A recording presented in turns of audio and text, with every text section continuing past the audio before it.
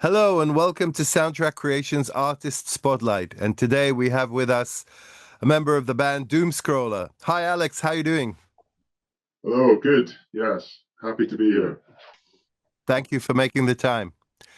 So we're going to hear a little bit of Dirty Mirror in a second. Great track. But tell us a bit about Doomscroller. Tell us a bit about your process. Okay, yeah. So Doomscroller is myself and Alex Palmer, who's a jazz drummer and an incredible instrumentalist, and Scott Bathgate, who's a producer who works with loads of quite up and coming groups in Scotland, around Scotland. He's made a lot of quite big tracks at the moment. And so the three of us are really the heart of Doomscroller.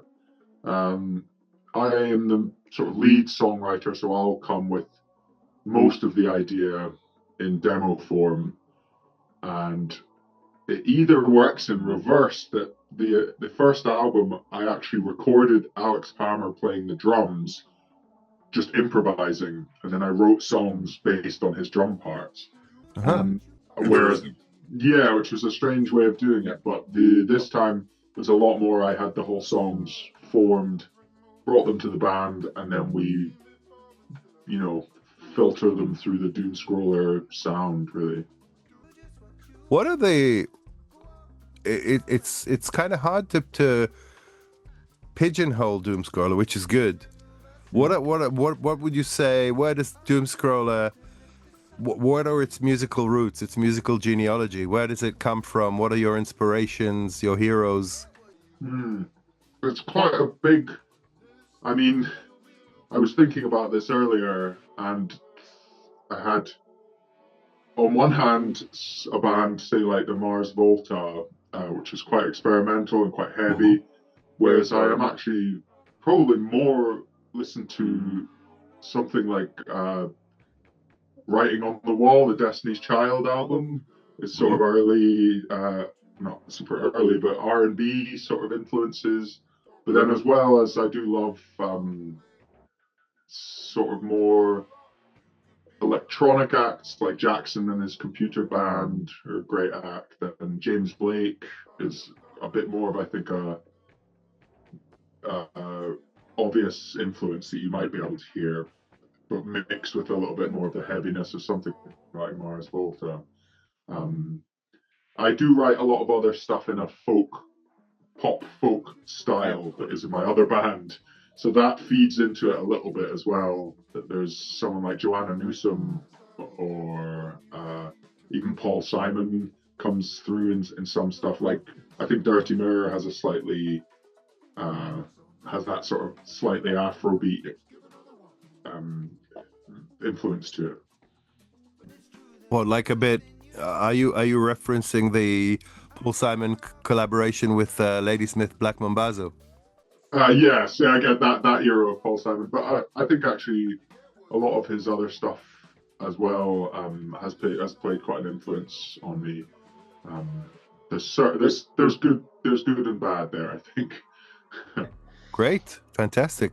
Well, let's have a little listen to "Dirty Mirror." We'll toggle between the rough mix and the mixed and mastered version that we did here. Everything you want, every single moment. I could be you could be a father figure. You know I'll be stoned. Talk to me, but don't make.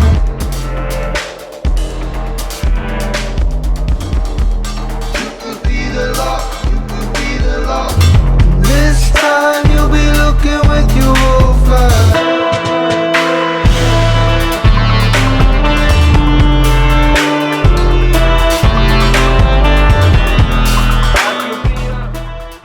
Really great track.